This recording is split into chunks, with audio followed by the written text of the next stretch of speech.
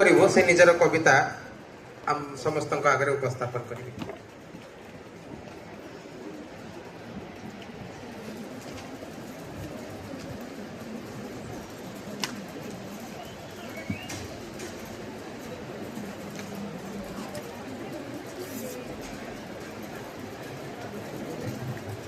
समस्त मोर नमस्कार।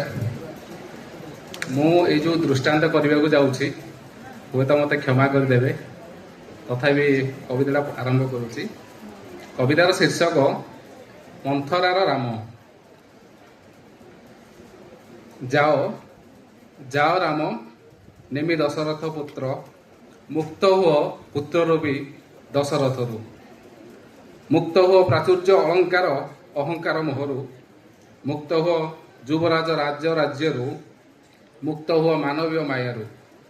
जाओ जाओ राम संघर्ष वास पर ईश्वर होई फेरी आस। मु अपेक्षा करी तुमे सीतावासे रही हस हस मुखे जदि वर्ष काटिब, मु चिरबंदिनी रही तृप्त रही। मु अपेक्षा करी तुमे संघर्ष रे क्षण क्षण जदि स्मृति सहिब, मु अंशुकाय आलोकहीन ए कोठरी रे लुह नटपट थी। मु अपेक्षा करी तुमे 14टी वर्ष जदि केवल राम होई फेरी आसीब, मु कृत आत्मा अंत कुटिला बाध्य होई आउ गोटे षड़यंत्र आपणेबी। जाओ जाओ राम मु अपेक्षा करी देखिबो ए क्षुद्र रूपी मोहजड़ किपरि तुम यात्रा रे कमनीय हेब। देखिबो ए मानवीय यथाजातकामी किपरि ईश्वर मुहा हेब। देखिबो ए नरकीय भूखंड रे किपरि रामकीय गुंजरण हेब। देखिबो ए कुटिला आलोक विहीन रे किपरि आत्मदर्शी हेब। देखिबो ए रामरम्य रास्ता रे मंथरा किपरि राम को श्रीराम करिबो। जाओ जाओ राम वनवास नुहे भक्तवास्य होई फेर, अयोध्यार राजा रूपे नुहे परार्धंक श्रीराम होई फेर।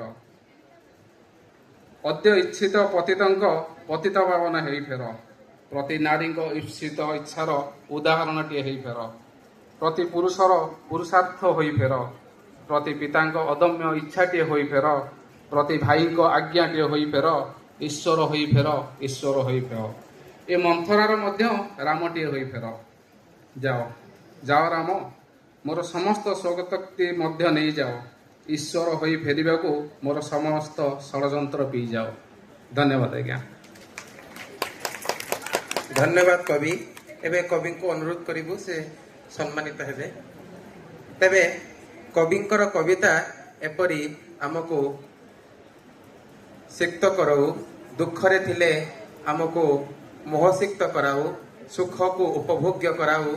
तेबे कविर कविता आमको एमिति जर्जरित कराऊ।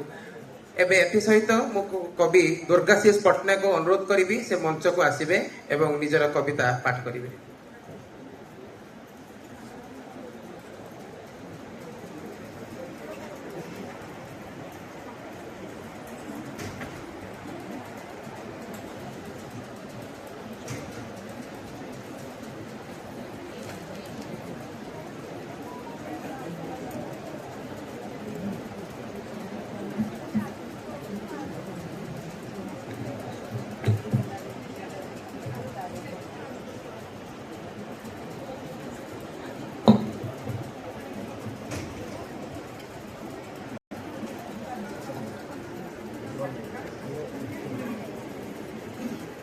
ଏହି କବିତା ଆସରରେ